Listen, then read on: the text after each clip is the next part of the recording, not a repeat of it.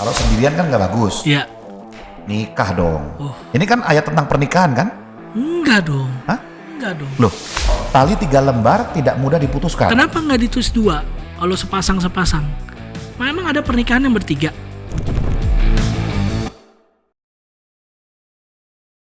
Kita berjumpa lagi dengan program podcast Akap Anta Kirana Asabwas. dari Keblinger. Jadi kebener. Nah, ada pertanyaan Ya, boleh seperti lah. biasa. Oke. Ya. Nah, ini ada sebuah ungkapan-ungkapan yang sering digunakan khususnya untuk pernikahan. Ya, kalau saya terima undangan nikah, bahkan saya terima undangan nikah yang terakhir, ayatnya menggunakan ini nih. Ya.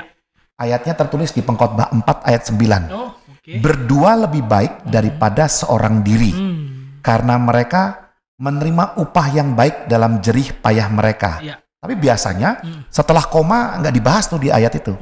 Yang ditulis hanya berdua lebih baik daripada seorang diri. Jadi kalau sendirian kan nggak bagus. Ya. Nikah dong. Ini kan ayat tentang pernikahan kan? Enggak dong. Hah? Enggak dong. Loh, ini buktinya di undangan-undangan pernikahan sering nih ayat ini. Ya itu karena cuma sepotong bacanya. Oke. Cuma baca berdua lebih baik daripada seorang diri. Oke, jadi berapa potong lagi nih kita perlu bahas? Ya kita harus bahas potongan-potongan Lainnya. yang lainnya. Nah, Panta gini nih, kita cek dulu kata berdua ya Panta ya, supaya jelas nih. Berdua itu ternyata dari kata Ibrani hashemaim. Hashemaim. Hashemaim itu bicara tentang kebersamaan, bukan tentang jumlah. Oke. Jadi adanya kebersamaan, adanya hubungan, tapi bukan soal jumlah. Berarti Salomo saat ini bukan sedang bicara berdua lebih baik daripada seorang diri dari sisi jumlah Panta. Bukan dua lebih baik dari satu, bukan. Oke. Tapi ini bicara tentang bagaimana membangun hubungan dalam hidup kita.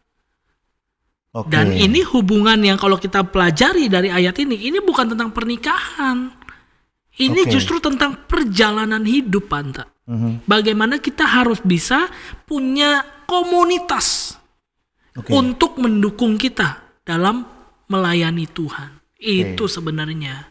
Oke. Jadi Jadi ini bukan tentang pernikahan. ketika Salomo mengatakan berdua lebih baik daripada seorang diri, ini bukan secara spesifik supaya kita yang jomblo-jomblo Iya. ini, jomblowan dan jomblowati Jomblowati. harus cari pasangan.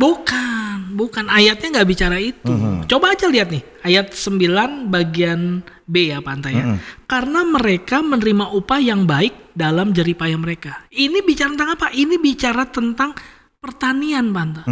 Waktu itu kalau ada orang yang menabur harus ada yang menuai. Oke. Waktu itu kalau bertani itu nggak cukup sendiri, berat Pak Anta. Sehingga teman-teman harus punya yang namanya pembagian tugas dan orangnya harus lebih dari satu. Jumlahnya makin banyak makin baik. Oke. Kalau begitu kan berarti hasilnya bisa lebih baik. Nah itu Panta. Iya ya, saya baca begini juga saya tertarik dengan kata upah. Nah Karena mereka menerima upah. iya. Berarti Jangan sampai upahnya itu misalnya kalau dibawa konteks pernikahan anak. Masa anak ada upah kan bukan gitu. berarti gaji itu ya, orang kerja ya. Orang kerja konteksnya. Terus lihat nih ayat 10 Panta. Karena kalau mereka jatuh, yang seorang mengangkat temannya, tetapi why orang yang jatuh yang tidak mempunyai orang lain untuk mengangkatnya. Why itu kan arti sengsara, kasihan, celaka. Nah, kalau orang bicara tentang ayat ini bicara tentang perjalanan. Ketika orang mengembara Panta, kalau sendirian, maka sangat dimungkinkan dia kesusahan, kesulitan. Makanya ayatnya bilang kalau ada teman waktu jatuh itu ada yang nolong. Oke. Jadi bicara tentang adanya pertolongan Panta. Yang ketiga lihat ayat 11, ayat 12. Juga kalau orang tidur berdua mereka menjadi panas. Tetapi bagaimana seorang saja dapat menjadi panas? Ini waktu mengembara padang gurun konteksnya itu siang panas, malam dinginan. Ya. Banget-bangetan. Dingin banget. Sehingga mereka perlu tidur berdua. Kalau sendirian pasti kedinginan. Nah untuk memanaskan waktu dingin itu bagaimana? Mereka harus tidur berdua. Jadi Oke. ini bukan bicara tentang kehangatan suami istri, bukan. Ini konteksnya dalam perjalanan Panta. Jadi ada kekuatan di situ. Nah ayat 12. Dan bila mana seorang dapat dialahkan, 2 orang akan dapat bertahan, tali 3 lembar tak mudah diputuskan. Ini bicara tentang ketika dalam perjalanan ada pertarungan. Ada orang-orang jahat, ada orang-orang yang mau rampok. Kan dulu pengembara itu musafir tuh jalan jauh sekali. Ya. Jadi mungkin sekali banyak orang yang ingin mencelakakan mereka. Ya. Kalau sendirian gampang. Contohnya seperti perumpamaan orang Samaria yang baik hati. Dan sendirian langsung dikeroyok habis. Dia harus ada orang nolong. Inilah konteksnya. Jadi bukan tentang pernikahan. Walaupun nih kelihatannya buat pernikahan cocok juga nih sih, Bo. Ya? Dari sisi ayat 9. Mereka menerima upah yang baik. Iya. Kalau suami istri sama-sama kerja kan bagus. Oh, joint income. Double income. Iya dong. Iya. Ayat 10. Betul. Kalau mereka jatuh, suaminya nggak berdoa, istrinya suruh berdoa. Istrinya sakit, suaminya jagain. Kan bisa nih saling mengangkat nih. Yang 11 juga cocok nih. Tidur berdua. Jangan dikatakan lagi kalau menikah pasti kan tidurnya berdua. Anget dong. Iya dong. Nah, coba ayat 12-nya.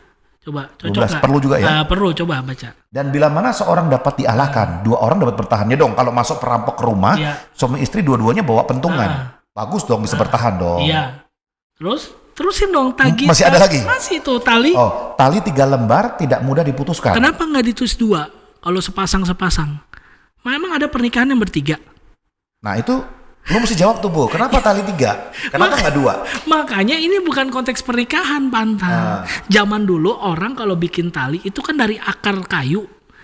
Dari akar kayu, dari serabut-serabut kayu.